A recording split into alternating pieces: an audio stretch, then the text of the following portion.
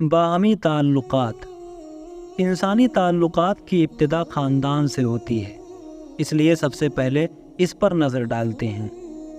خاندان دراصل اس مجموعے کو کہتے ہیں جو شوہر، بیوی اور بچوں پر مشتمل ہوتا ہے۔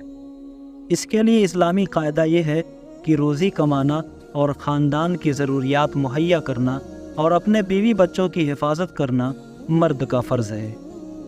عورت کا فرض یہ ہے کہ مرد جو کچھ کما کر لائے اس سے وہ گھر کا انتظام کرے، شوہر اور بچوں کو زیادہ سے زیادہ آرام پہنچائے اور بچوں کی تربیت کرے۔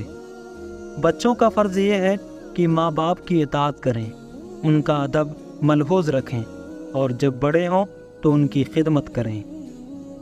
خاندان کے اس انتظام کو درست رکھنے کے لیے اسلام نے 2 تدبیریں اختیار کی ہیں۔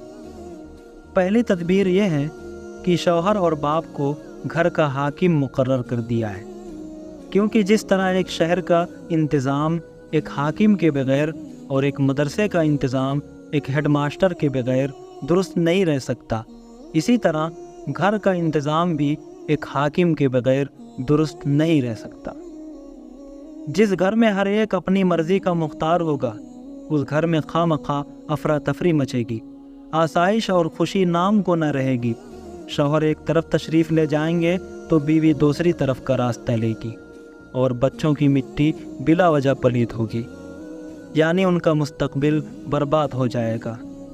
ان سب خرابیوں کو دور کرنے کے لیے گھر کا ایک حاکم ہونا ضروری ہے، اور وہ مرد ہی ہو سکتا ہے کیونکہ وہ گھر والوں کی پرورش اور حفاظت کا ذمہ دار ہے۔ دوسری تدبیر یہ ہے کہ گھر سے باہر کے سب کاموں کا بوجھ مرد پر ڈال کر عورت کو حکم دیا گیا ہے کہ بلا ضرورت گھر سے باہر نہ جائے۔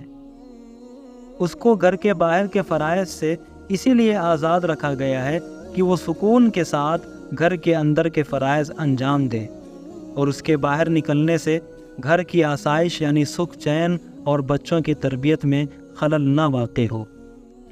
اس کا مطلب یہ نہیں کہ عورتیں بالکل گھر سے باہر قدم ہی نہ نکالیں۔ ضرورت پیش آنے پر ان کو بھی آنے جانے کی اجازت ہے، مگر شریعت کا منشا اور مرضی یہ ہے کہ ان کے فرائض کا اصلی دائرہ ان کا گھر ہونا چاہیے، اور ان کی تمام قوت گھر کی زندگی بہتر بنانے پر خرچ ہونی چاہیے۔